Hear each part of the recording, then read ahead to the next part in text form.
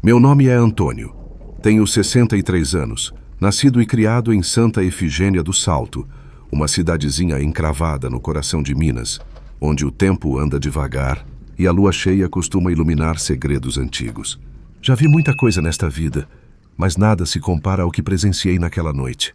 Não foi sonho, nem história inventada de beira de fogão. Foi real. Real como o cheiro do café passado na hora ou o estalo seco de um galho no mato.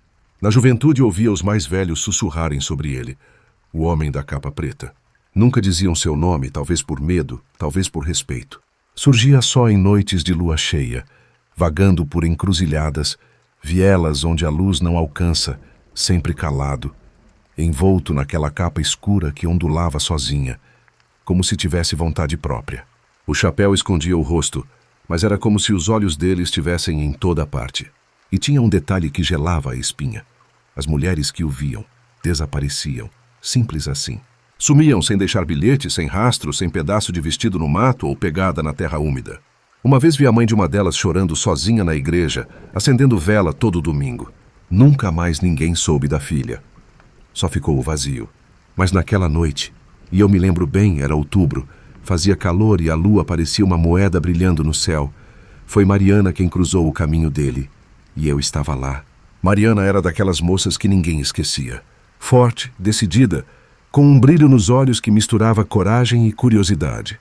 Tinha ido visitar a mãe doente no sítio do outro lado do morro, e mesmo com a avó pedindo que não voltasse sozinha naquela noite, ela teimou. Disse que não acreditava em assombração e que quem anda com fé não precisa ter medo da estrada. Mal sabia ela que certas estradas não são feitas só de barro e pedra. O relógio da matriz marcava 11h23 quando vi Mariana passando pela última curva da Rua da Venda Velha, em direção à estrada da Capela de São Cipriano. Estava só, com a saia longa balançando ao vento e os cabelos soltos sobre os ombros. Eu a vi da janela do meu alpendre, e algo dentro de mim ficou inquieto. Um pressentimento pesado, difícil de explicar. Foi na encruzilhada da Mata do Saco que tudo aconteceu. Ali onde os caminhos se cruzam e uma velha cruz de madeira apodrece de pé, Mariana parou. Dizem que o silêncio caiu como uma pedra na água. Nem grilo, nem coruja, nem estalo de folhas. O tempo prendeu a respiração. E então ele apareceu. O homem da capa preta. Estava parado do outro lado da estrada, meio encoberto pela sombra dos eucaliptos, mas visível o bastante para não restar dúvida. Era ele. A capa balançava devagar, como se respirasse. O chapéu escondia tudo, mas Mariana sentiu. Sentiu o olhar dele atravessando a alma. Ela tentou andar, mas os pés não obedeceram, como se a terra tivesse agarrado seus tornozelos. Ele então deu um passo e falou. Mariana. A voz era baixa, abafada, como se viesse de dentro da terra. Mas o nome dela soou claro, feito sino. Mariana recuou, olhou para os lados. Ninguém. Só ele e aquela presença densa que parecia tornar o ar mais espesso. Quem é o senhor? Ela perguntou com voz firme, mas os olhos denunciavam a dúvida. O homem não respondeu. Apenas estendeu uma mão pálida, comprida, apontando para o caminho da direita, aquele que levava ao antigo moinho abandonado. Mariana hesitou. Naquele instante, ela podia ter dado meia volta, voltado correndo pela estrada, gritado. Mas não gritou. Não voltou. Ficou parada, como se algo invisível a puxasse pelo peito. E foi atrás dele. A estrada até o moinho é ladeada de mato alto e pedras velhas. O luar mal entra ali. Dizem que o tempo se comporta diferente naquele pedaço. E foi assim que ela foi sumindo. Não do mundo, mas da nossa realidade. No moinho, o vento parecia preso. As tábuas estalavam mesmo sem ninguém pisar. E foi lá dentro que ela viu o rosto dele. Ou melhor, a ausência dele. Tirou o chapéu e, no lugar da face, havia apenas sombra. Uma escuridão viva, ondulante, que parecia ter olhos dentro. Ela tentou gritar, mas nenhum som saiu. A última coisa que Mariana viu foi um espelho rachado no chão. No reflexo, uma mulher igual a ela, com olhos de mel, gritando sem voz atrás do vidro. E então, silêncio. Na manhã seguinte, todos notaram sua ausência. Procuramos nos sítios, no mato, nos riachos. Eu mesmo fui ao moinho com 2 vizinhos. Não achamos ninguém. Mas lá dentro havia pegadas. Não de sapato, nem de bicho. Pegadas pequenas, leves, como se algo tivesse flutuado sobre o pó. E o espelho estava lá, rachado, frio, de frente para a janela onde o luar entra. Desde então, ninguém mais passa naquela encruzilhada sozinho em noite de lua cheia, nem os mais valentes, porque sabem que ele ainda aparece, o homem da capa preta com chapéu. E talvez Mariana ainda esteja lá dentro, atrás do espelho, esperando que alguém olhe fundo o bastante para ouvi-la chamar. Mariana nunca mais voltou. Foi assim mesmo. Sumiu sem aviso, sem despedida, sem deixar rastro. No começo, todo mundo achava que era coisa de gente nova querendo fugir da vida apertada da roça. Diziam que tinha enjoado da rotina, que sonhava com cidade grande. Teve quem espalhasse que ela tinha se apaixonado por um caminhoneiro que embarcou num desses carros de madrugada e foi embora sem olhar para trás. Mas quem conhecia a Mariana sabia que isso não fazia sentido. A mãe dela chorava calada, sem força nem para gritar. O pai, homem de poucas palavras, andava pela cidade feito alma penada, perguntando baixo, oferecendo retrato, como se aquilo pudesse trazer a filha de volta. A polícia veio, interrogou os vizinhos, mexeu nos lugares óbvios. Vasculharam o matagal da estrada, entraram nos galpões abandonados, perguntaram na rodoviária se alguém tinha visto moça parecida embarcar. Nada. Nenhuma pista. Nenhuma resposta.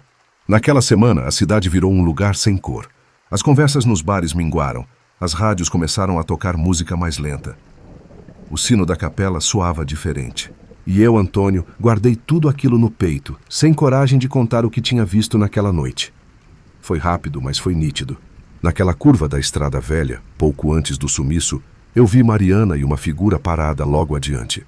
Não cheguei a ver rosto nem expressão, mas vi a capa preta, longa, balançando devagar com o vento da noite.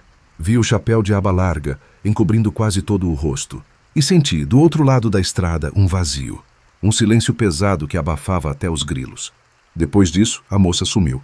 Desapareceu da mesma forma que outras mulheres antes dela. Discretamente, como se tivessem sido apagadas do mundo. E embora a cidade inventasse histórias para tentar se acalmar, no fundo, todos sabiam que havia algo mais ali.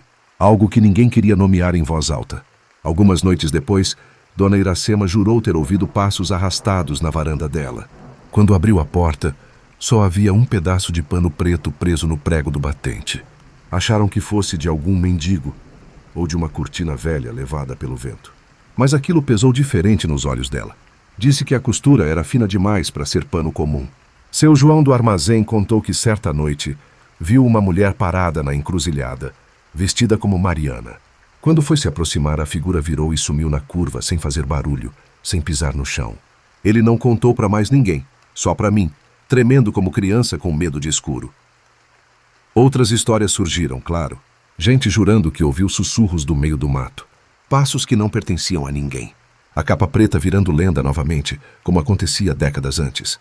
Mas não era mais lenda de festa junina, não. Era lenda que pesava, que fazia a gente atravessar para o outro lado da rua mesmo com tudo deserto. As mulheres passaram a andar sempre em dupla. A prefeitura colocou mais luz nos postes da avenida, mas nas estradinhas de terra ninguém mais se arriscava. Os pais, mesmo sem dizer nada, proibiam as filhas de saírem sozinhas à noite. A cidade inteira parecia andar mais devagar, como se pisasse em cacos de vidro. Depois de algum tempo, o assunto começou a morrer. O tempo faz isso. Vai empurrando a dor para um canto da alma até ela parecer menos pontuda.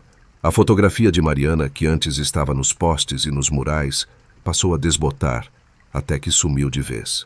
A família dela acabou se mudando, talvez para tentar esquecer ou para fugir da lembrança constante. E Mariana ficou só na memória de quem teve coragem de lembrar. Mas eu não esqueço. Porque toda vez que olho para aquela curva, no breu da estrada, sinto o mesmo silêncio que senti naquela noite.